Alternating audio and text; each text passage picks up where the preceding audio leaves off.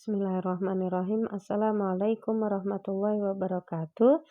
Santri Husnul Khotimah kelas 8 bertemu kembali dalam pembelajaran SKI bersama Ibu Tri Rahmawati. Masih di bab 1, pertemuan ketiga dalam bab berdirinya Daulah Abbasiyah. Oke, marilah kita mulai bersama-sama dengan membaca basmalah bersama-sama. Bismillahirrahmanirrahim. Oke, subbab kali ini yang akan kita bahas adalah khalifah-khalifah yang terkenal masa Daulah Abbasiyah. Dari 37 khalifah dinasti Abbasiyah, terdapat beberapa orang khalifah yang terkenal ya, termasyhur. Di antaranya Abu Ja'far al-Mansur, Khalifah Harun ar-Rasyid, dan Al-Ma'mun. Masa pemerintahan ketiganya merupakan periode keemasan peradaban Islam. Para khalifah agung tersebut dikenal sebagai penguasa yang adil dan bijaksana, juga memiliki perhatian dan kecintaan yang kuat terhadap ilmu pengetahuan. Dukungan serta kegigihan mereka dalam pengembangan ilmu pengetahuan dan peradaban Islam tercermin dalam berbagai kebijakan pemerintahannya. Oke, kita masuk ke khalifah yang pertama. Siapakah beliau? Beliau adalah Khalifah Abu Ja'far al-Mansur. Ini dia. Kita tahu ya bahwa Khalifah Abu Ja'far al-Mansur adalah khalifah kedua dari pemerintahan Daulah Abbasiyah. Setelah khalifah yang pertama siapa? Bernama Abul Abbas As-Saffah. Nah, Abu Ja'far al-Mansur ini adalah adik dari khalifah yang pertama, Khalifah Abul Abbas As-Saffah. Beliau dilahirkan di kota Humayyah atau Hamimah.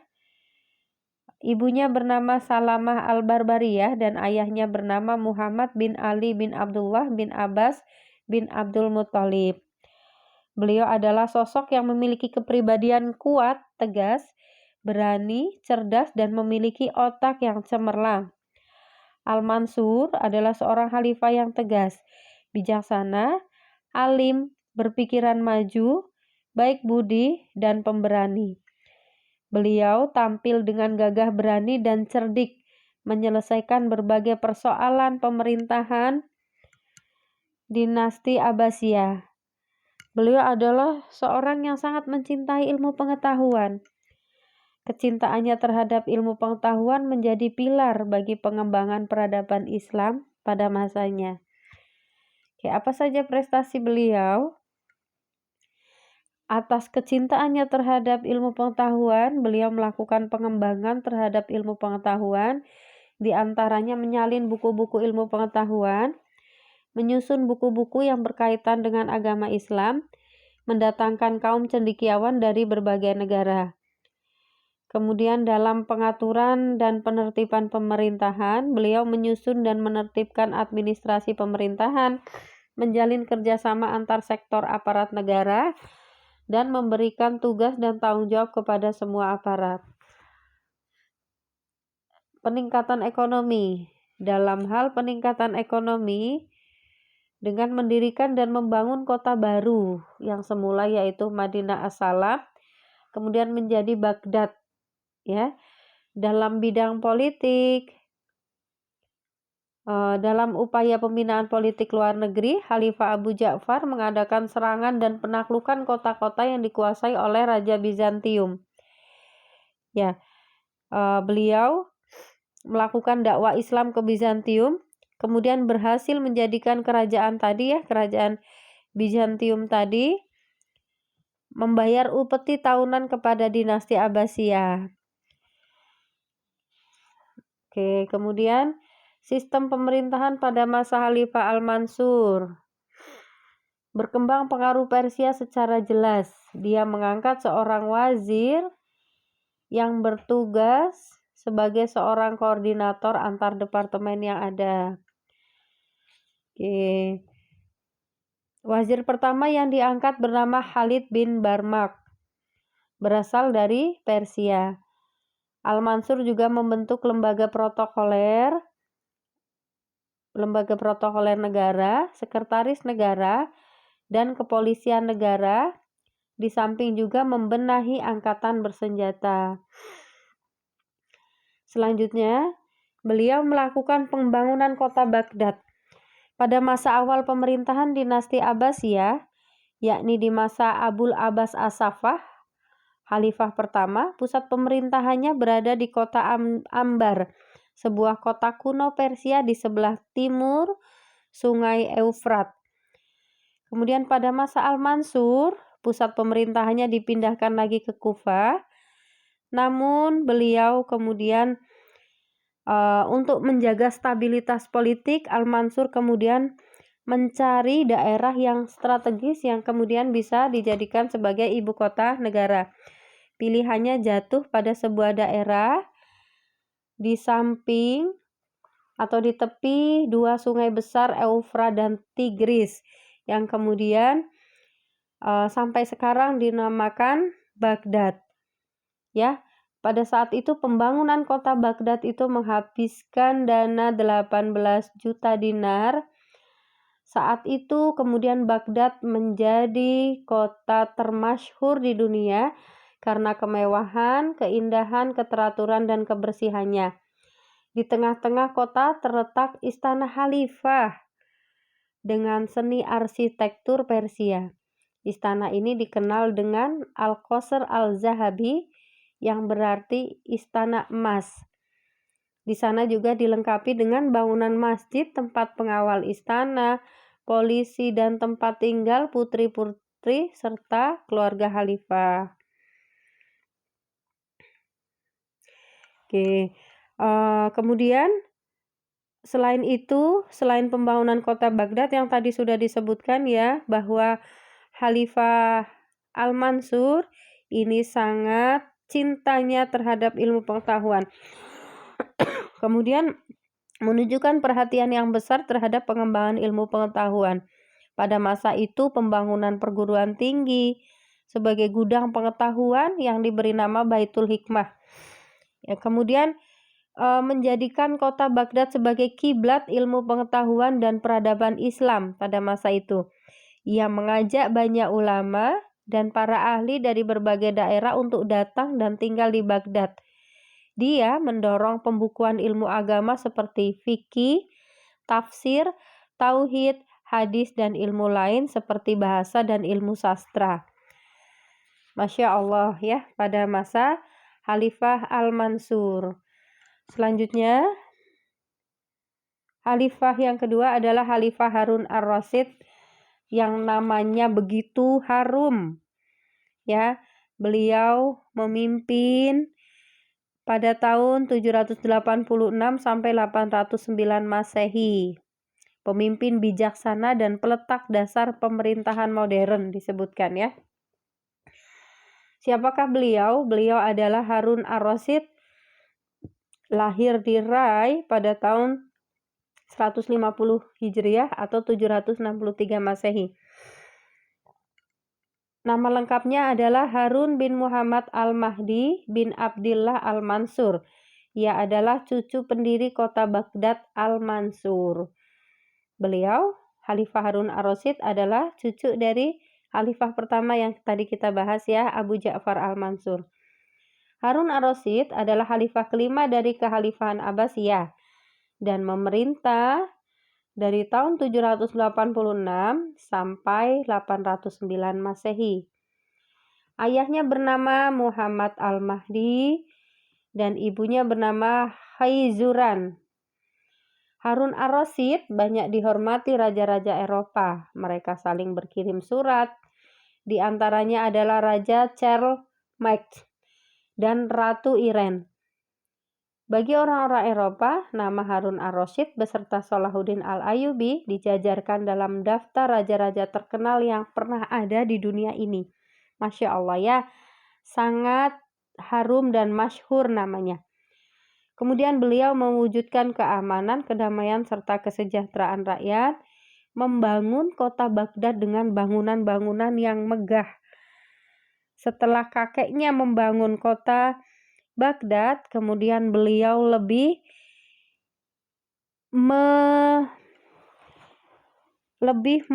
membangun kembali ya dengan bangunan-bangunan yang megah.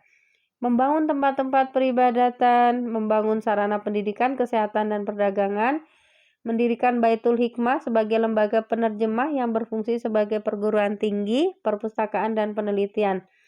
Membangun Majelis Al-Muzakkarah, yakni lembaga pengkajian masalah-masalah keagamaan yang diselenggarakan di rumah-rumah, masjid, dan istana. Pada masa kepemimpinannya, perhatiannya tertuju pada kesejahteraan rakyat, serta kesuksesannya mendorong perkembangan ilmu pengetahuan, teknologi, ekonomi, perdagangan, politik, wilayah kekuasaan, serta peradaban Islam membuat dinasti Abbasiyah menjadi salah satu negara adikuasa dunia di abad 8 Masehi. Masya Allah. Harun ar-Rasyid adalah amir para khalifah Abbasiyah. Dia adalah raja agung pada masanya. Konon kehebatannya hanya dapat dibandingkan dengan Karel Agung di Eropa. Pada masa kekuasaannya, Baghdad, ibu kota Abbasiyah, menjelma menjadi metropolitan dunia. Jasanya dalam bidang ilmu pengetahuan dan saat ini, hingga sampai abad sekarang, masih dirasakan dan dinikmati masyarakat dunia. Masyarakat Baghdad merasakan dan menikmati suasana aman dan damai di sana. Dalam menjalankan roda pemerintahan, Harun ar-Rasyid tak mengenal kompromi dengan korupsi yang merugikan rakyat. Walaupun yang melakukan korup adalah orang-orang yang dekat dan banyak berpengaruh dalam hidupnya. Kemudian berbagai pemberontakan tercatat ya, sempat terjadi di era kepemimpinannya. Salah satu puncak pencapaian membuat namanya melegenda adalah perhatiannya dalam bidang ilmu pengetahuan dan peradaban. Di masa kepemimpinannya terjadi penerjemahan karya-karya dari berbagai bahasa. Kemudian Harun ar-Rasyid wafat pada usia 46 tahun. Meski begitu, popularitasnya masih tetap melegenda hingga kini. Namanya diabadikan sebagai salah satu tokoh dalam kitab 1001 Malam yang amat populer. Oke, alhamdulillah. Khalifah yang ketiga adalah Khalifah Al-Ma'mun Abdullah bin Ar-Rasyid bin Al-Mahdi. Siapakah beliau? Beliau adalah seorang khalifah. Ayahnya adalah Khalifah Harun ar-Rasyid. Nah, Al-Ma'mun adalah putra dari Khalifah Harun ar-Rasyid. Ibunya bernama Marojil atau Murajil dalam redaksi lain. Lahir tahun 170 Hijriah atau 786 Masehi, meninggal tahun 218 Hijriah. Gelarnya, beliau adalah sosok anak waktu itu ya, yang jenius ketika kecilnya. Beliau adalah sosok khalifah dari dinasti Abbasiyah yang namanya besar dan menonjol, kemudian memiliki sifat yang agung. Di antaranya tekadnya kuat, penuh kesabaran, menguasai berbagai ilmu, penuh ide, cerdik, berwibawa, berani, dan toleran. Pada masa kekhalifahannya, dinasti Abbasiyah mengalami masa kegemilangannya. Beliau memiliki gelar apa saja? Yang pertama, gelarnya adalah Singapodium. Tidak seorang pun dari Khalifah Bani Abbasiyah yang lebih pintar darinya. Dia adalah seorang pembicara yang fasih dan Singapodium yang lantang. Yang kedua adalah gelarnya Al-Ma'mun the Great. Gelar dari para ahli barat karena kecerdasan dan keuletannya. Harun ar-Rasyid, ayah dari Al-Ma'mun dan Al-Amin, memerintahkan Al-Amin untuk menggantikannya. Namun kemudian pengganti dari Harun ar-Rasyid adalah Al-Ma'mun, penggantinya ya. Oke, dilanjutkan. Apa saja prestasi beliau? Yang pertama dalam bidang pendidikan, perhatian besar terhadap pengembangan ilmu pengetahuan, sebagaimana yang dimulai oleh Khalifah Harun ar-Rasyid, dilanjutkan dan semakin mencapai puncaknya pada masa Al-Ma'mun. Kemudian pada masa beliau terjadi perluasan daerah Islam. Pada masanya dinasti Abbasiyah menjelma menjadi negara adikuasa yang sangat disegani. Wilayah kekuasaan dunia Islam begitu luas, mulai dari pantai Atlantik di barat hingga tembok besar Cina di timur.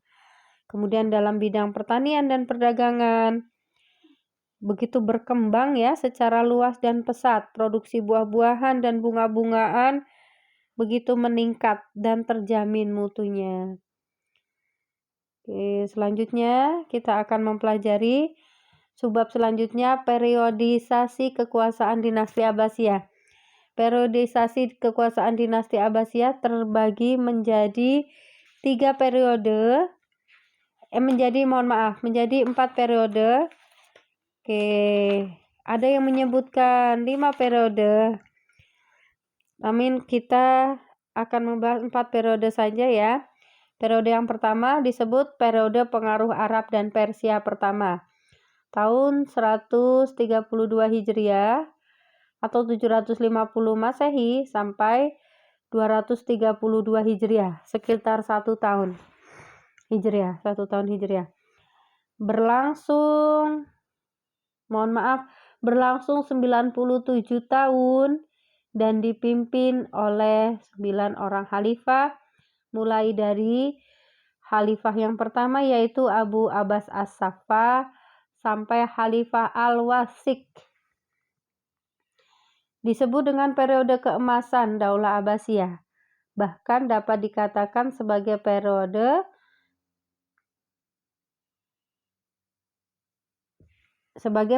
keemasan Islam di dunia, bukan hanya pada masa Daulah Abbasiyah saja.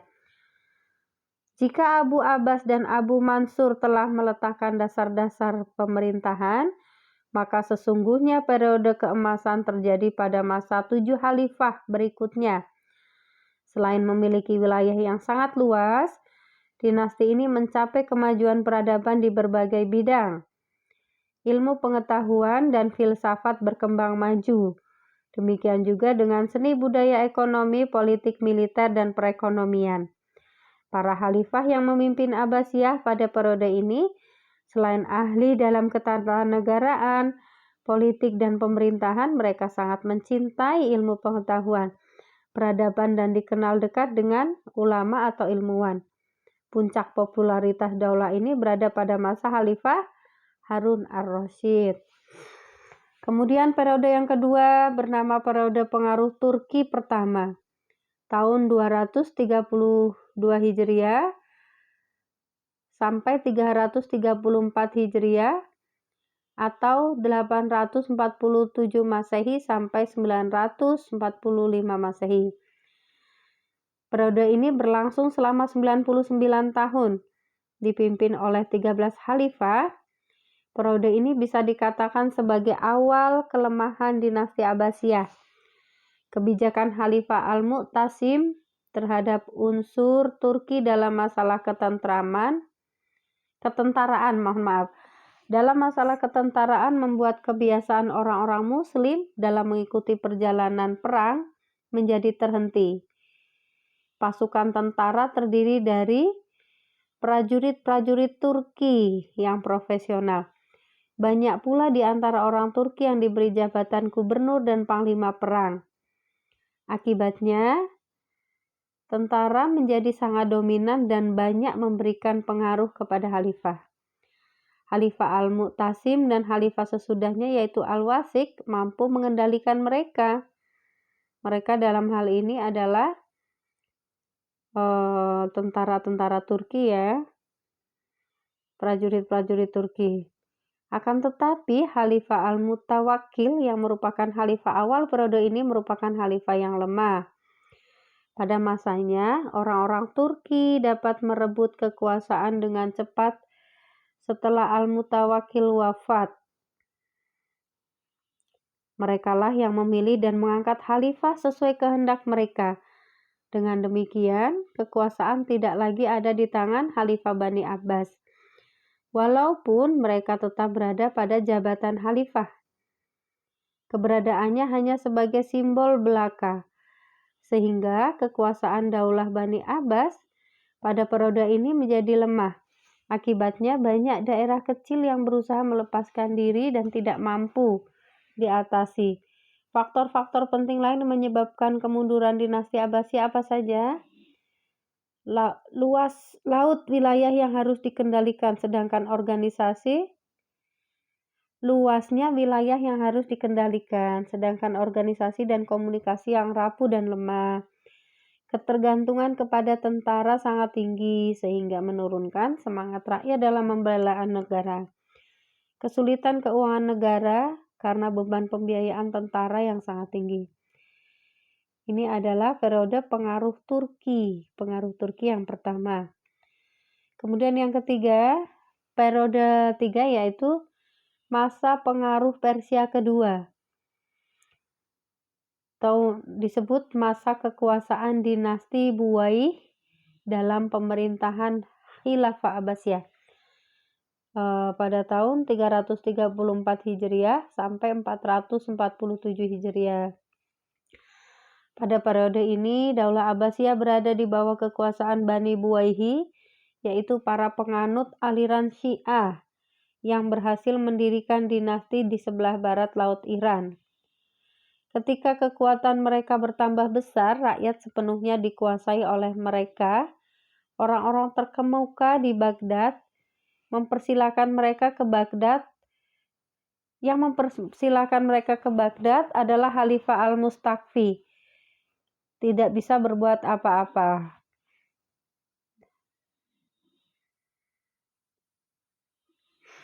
Sejak diangkatnya Khalifah Al-Mu'ti, kedudukan khalifah benar-benar hanya sebagai boneka yang dikendalikan oleh Bani Buwaihi.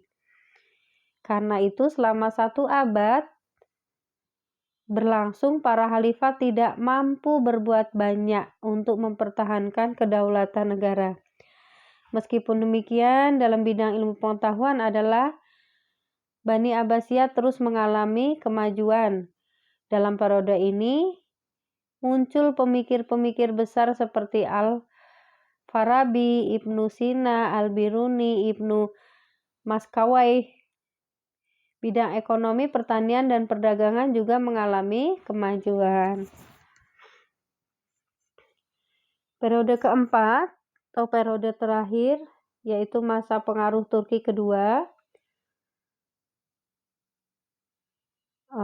atau biasa disebut masa kekuasaan dinasti Bani Seljuk dalam pemerintahan Khalifah Abbasiyah tahun 447 Hijriah sampai 590 Hijriah atau 1055 Masehi sampai 1194 Masehi. Periode ini berlangsung sekitar 164 tahun ya. Jika pada periode sebelumnya kekuasaan Abbasiyah berada di bawah kendali Bani Buwaihi, maka pada periode ini kekuasaan berada di bawah kendali kaum Saljuk dari Turki. Saljuk adalah nama keluarga penguasa suku-suku Oghuz di Turki.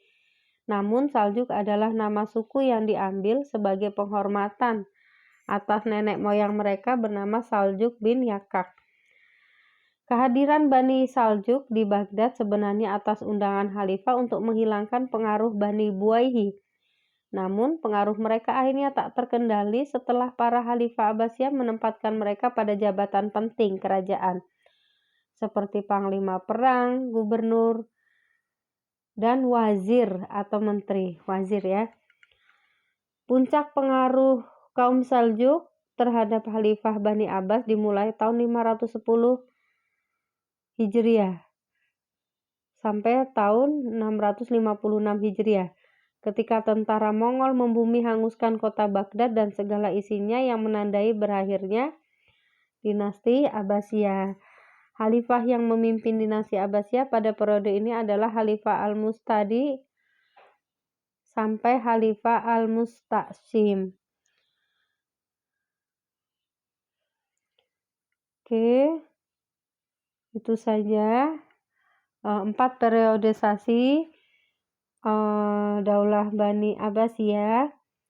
Semoga Allah memudahkan memberi pemahaman kepada kita semuanya dalam pembelajaran kita kali ini. Kurang lebihnya mohon maaf. Wassalamualaikum warahmatullahi wabarakatuh.